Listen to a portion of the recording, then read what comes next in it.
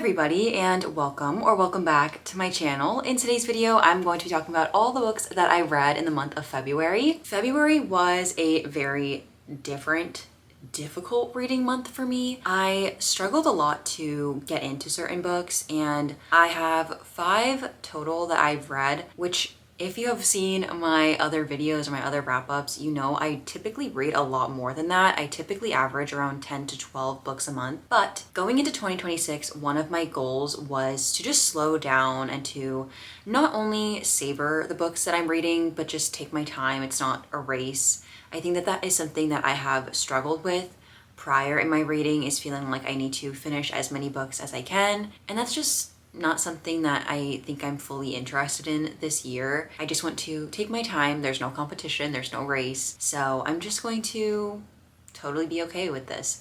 I will say I have 5 books to talk about, but one of those is a DNF, but I got around 70% of the way in. That I'm still counting it as having read it because I got pretty far into it. I do have 2 other books that I'm not including in this list that I DNF'd, which was Immortal Dark and Wild Dark Shore. I think that both of these will be a soft DNF, especially Wild Dark Shore, but I just really struggled to listen to audiobooks this month. And so I think that I tried listening to both of these, but I just really struggled to find interest in either of them. A soft DNF on those. I really do want to pick those back up, especially Wild Dark Shore, because that is on my 2026 TBR. So without further ado, let's get into the very first book that I read. So starting out with the very first book. This is a big one that I was so intimidated.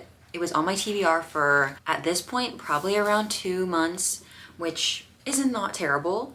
But this is The Will of the Many by James Islington. I gave this book 5 stars. I did also tab it as well, which was so much fun. But oh my gosh, absolutely loved this book. This book is a masterpiece, in my opinion, and will probably be one of my favorite books that I have read in the entire year. And let me tell you what this book is about. So this book basically follows a boy named Viz. He is 17, and within this world there is the hierarchy, and they have basically taken over the continent, and their whole power system is, think of that as like a pyramid scheme. So there are different tiers of kind of levels to the pyramid. People that are on the lowest are called octavi. Could be saying that wrong. That's how I say it, octavi. And they basically have to cede or give half of their will to the level above them. So your will is basically, just think of it as your will. It's your drive, it's your focus, your determination, that kind of thing. So when you're giving half of it to the person above you, you're feeling very tired, you're feeling a little sluggish, and they do not receive will from anybody. But the person above them is a septimus, and so they are receiving will from 8 people. And then on the level above them, they are called sextus, and they receive will from 56 people.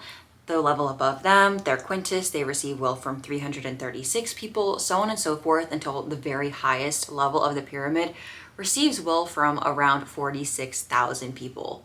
So those people, they're called princeps. They are like the very highest, most powerful people a part of this world. And so Viz is a long lost prince. He grew up on an island, and his family were the leaders of this island that was then colonized and taken over by the hierarchy. So his whole family has been killed. He is the only one that has escaped, and he's living undercover within the hierarchy. And he is not only working at a prison, but he is also a street fighter, and he eventually catches the attention of someone that is quite high in the military, not super high, but higher than like the average person in the military. And he basically is like, I will adopt you and give you my family name and status, and you need to go to this school that a lot of the people that are in the military, in the Senate, send their kids to be trained, and then they're given like a higher position than other people are within the hierarchy. And they basically learn how to use will, they learn the backgrounds of it and everything. And he's like, but while you're there, you need to investigate a murder and find out what the leader of the school could be hiding. So Viz agrees, and the story just goes from there. But I will say, for a large chunk of the beginning half, there's a lot of buildup and a lot of explanation as to just kind of setting up the world, finding out the inner workings of some things that are at play. In the beginning, when you're reading this, you just kind of have to go along with it because there's so many made up words that have meaning in this world, but in real life are just made up, that you just have to kind of keep reading along with, and hopefully you'll find out what they mean eventually. There is a glossary in the back, but unless you're going to be like switching back and forth all the time and maybe potentially risking a spoiler by something in the glossary, so you just kind of have to go along with it, which is totally fine with me. And I will say that's why I tabbed so much of it, because I wanted to just kind of keep track of things that were important, things that I thought would be foreshadowing something. So I think that helped a lot when I was reading, because it also made me really want to take my time and just figure out what was going on. I had heard from so many people that the ending of this book was absolutely crazy, and I will say I was not expecting the ending, and I cried at the ending, not even for the fact that I was so like sad, more so just the fact that I was like, wow, like this was crazy.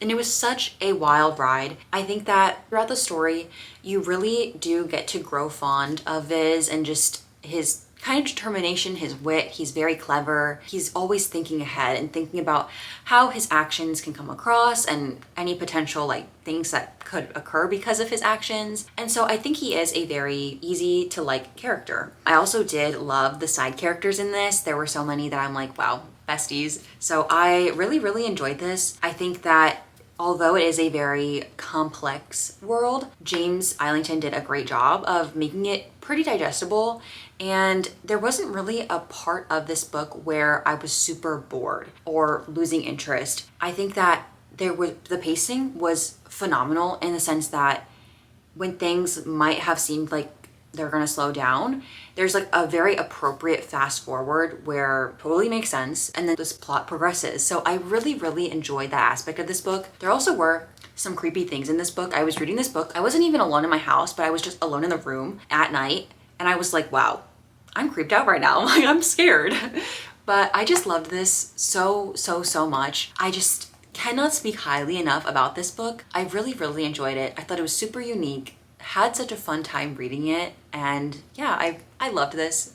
Very well done in my opinion. The next book that I read was technically my DNF that I'm counting as read, and this was The Prisoner's Throne by Holly Black. I did listen to the audiobook of this. As I said, I went through a little bit of an audiobook rut. Because I DNF'd it, I'm not going to give it a rating, but this is the second book in the Stolen Heir duology, which comes after the Cruel Prince trilogy that she wrote. It is a YA series set in a fairy world where there is also a like alternate world where like America and like the current modern world exists. So yes, there is like fairy world, but there also is like modern world as well in this. In this story in particular, there is just that fairy world and a lot more exploration of it than what you got in The Cruel Prince. You are following Ren, and you're also following Oak. Oak you did see in the Cruel Prince trilogy, and so you're just following along on their story. In the first book, it was a lot of them going on this mission trying to get someone back that was taken, and in this book, I just really found it hard to find interest in what was going on. This book is told from Oak's point of view, which I did like a lot more than Ren's point of view in the first book, but I still just really struggled to care about the characters or to really care about what was going on. I could have finished it, but I really didn't have any interest or any desire to pick it up, so I figured that I would just DNF it, which sad to say, but maybe I'll eventually pick it back up, but I really don't have any interest in doing so as of right now. So very sorry about that one. The next book, I know I just said that I was having a hard time reading audiobooks this month. My next book is an audiobook, and this was Heart the Lover by Lily King. I gave this book 3.75 stars. I actually was very pleasantly surprised by this book. I had seen a lot of people talk about it, and a lot of people say that it was very sad, and I didn't even really fully know what to expect going into this. But within this story, you're following a girl that is nicknamed Jordan, and you're following her in her like senior year of college. She meets these two boys that are in her, I think, British, like 17th century British literature class, and they are almost like on another level from her, like from how she perceives them, that they are much more sophisticated. She thinks they're a lot more educated than her. And so she befriends them, and you basically just follow their kind of story together as they're ending college, but then it also flashed forwards and is to her present day. She has a family. Following along on how in modern day she kind of gets brought back together with these two boys, and that are now men, of course. But I think the thing that I was able to really connect to with this story was it was just the perfect amount of drama for me, where I was interested to see what was going to happen. It wasn't so dramatic or so overdone that I was just annoyed with the characters' actions. And I think that the writing was a perfect amount of well done, but not too flowery where I was like,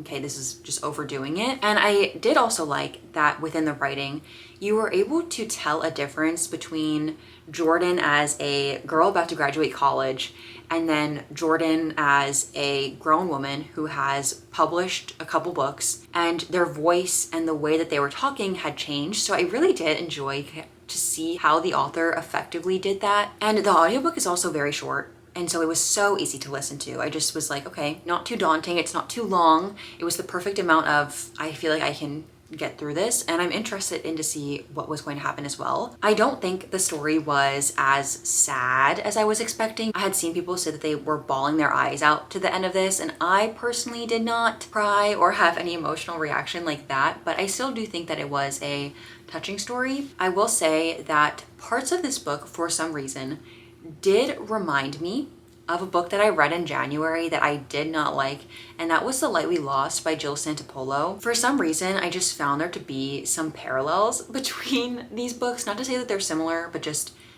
for all the things that I disliked in The Lightly Lost, I think that they were done nicer, or at least better in my opinion, in this book. So if you've read either of these books, let me know if you also just kind of picked up at least on like almost like a similar vibe as well. I did like Heart the Lover and enjoy Heart the Lover a lot more than The Light We Lost because I could not stand that book. Yeah, it was just something like I was listening to it, I'm like, you know, I'm sensing some parallels here, but overall, I really did enjoy it. Not a like all-time favorite, but it was a book that helped me get out of like feeling like I was just not enjoying listening to audiobooks for a while. And the next book that I read, and this was The Strength of the Few by James Ellington, which is the second book to The Will of the Many. And this might come as a surprise based off of how highly I just talked about The Will of the Many, but I gave this book 3 stars, which I feel so conflicted about, because at first when I finished it, I wanted to give it 3, and I did give it 3.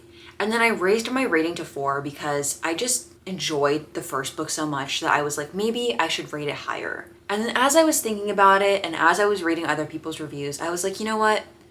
I know deep in my soul that this is a 3, and I'm gonna give it a 3. So I did give this book 3 stars. When I finished The Will of the Many, all I wanted to do was read this book.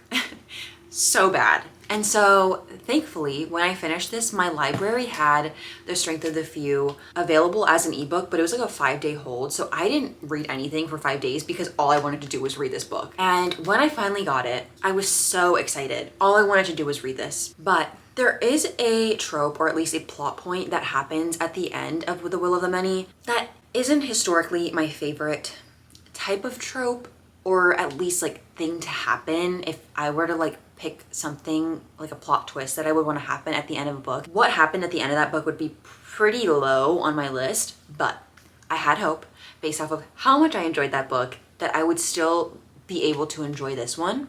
And I also just really wanted to know what was going to happen in this one. But I don't know if it was just maybe like biting off more than you can chew, because it is a very complicated thing to execute in a book, and especially because this book, I don't want to spoil anything. There are alternating chapters, and each chapter is following something different. I just had a feeling that I was going to enjoy certain chapters more than others, and that did happen in this book. There were just some chapters where, you know, I'm really enjoying what's going on, and then the next chapter, like, I really don't care about what's happening. Like, yes, I want to know what's going to happen, but I'm just like, I'd rather be reading about something else, like another one of the other chapters. And so it kind of fluctuated at times with like how I was feeling about like certain chapters.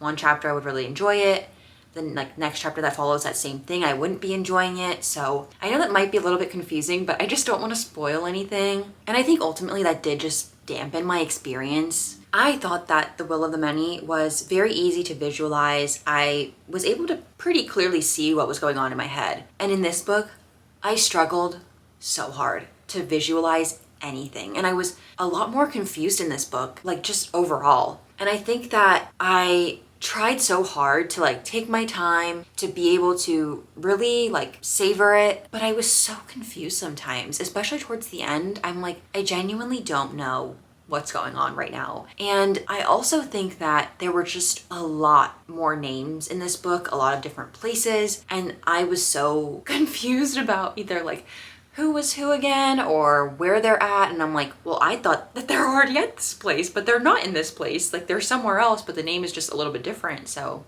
I struggled so hard to actually visualize what was happening in my head that it was also just frustrating. And I think that certain relationships in this book, I just was so hard to buy into because you're alternating chapters. It's like when you're supposed to be following along and seeing these relationships being built, you're following something else. So then you just go to the chapter that's about that relationship and it's like, well, you're telling me that you're so close with these people and this person, but I don't really feel it. I don't believe it because I wasn't able to see enough of it actually happening because I'm reading about something else over here. So it was just very frustrating to read about. The other thing, there were so many times when a name wasn't capitalized, like one sentence is capitalized, the next it's not capitalized. If the sentence says I did this, the I was not capitalized. That happened so often. And there also were just a lot of like incomplete sentences, and I don't know if it's just the way that he was trying to have the character's voice be, but they were just very awkwardly incomplete sentences. And I think that certain sentences also needed more punctuation or commas because I had to read a couple sentences a few times because it just genuinely did not make sense to me when I read it the first time. So I feel so sad that I did not enjoy this as much as I hoped. I will still read the series, but I just really was disappointed with this book. And I also think that the ending disappointed me a little bit. I wasn't really sure what I was expecting, but I was just hoping for something more than what happened at the end of this. So enough to yap about or complain about that one. I don't know. I still do really enjoy the series, but I think that I was just hoping for more from The Strength of the Few. But I know a lot of people, I've read a lot of reviews and people feel similar to how I do, so I don't know, but I've also seen people say that it's the best fantasy book they've ever read, so just two different opinions, I don't know. The last and final book that I have to talk about in this video is And Now Back to You by B.K. Borison. This book just came out this week and I did actually listen to the audiobook of it, which I know I said I was struggling with audiobooks, but here I have 3 audiobooks this month. But I'm gonna be completely honest with you, I have 1 hour left of this book, of the audiobook. I'm still going to count it in this video because I'm going to finish it after I'm done filming, but I don't have like a set rating. If where I'm at right now within the story, I would probably give it around 4-star, maybe a little bit higher, like a 4.5, 4.25, but I'm really enjoying it. Within the story, it is the second book in the Heartstrings series. In the first book, it is First Time Caller and it follows Aiden and Lucy. And in this book, you are following Jackson, who also works at the radio show, and then you're following Delilah, who works for the news station.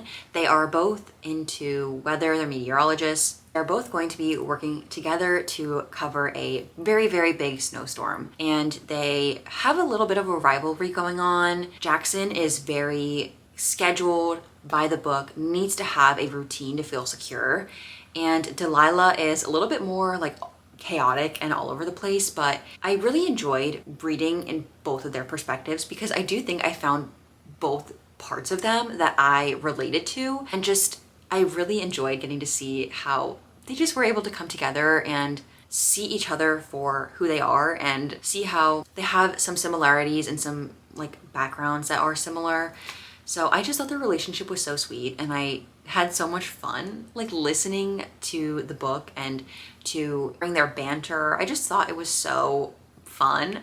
And I also really did enjoy Jackson's relationship with his 2 younger sisters that he has custody of. Just thought it was so sweet, and I thought that they just added a little bit more humor. Like the story's already like very rom-com-y, but I still do think that they just added a little bit more. I thought it was so cute, so sweet.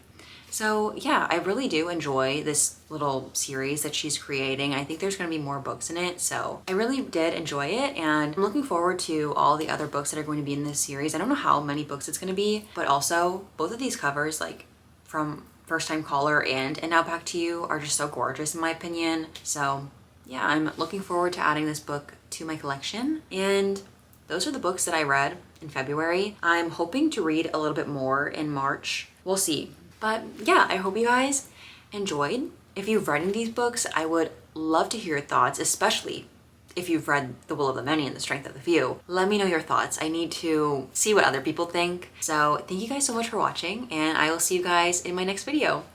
Bye!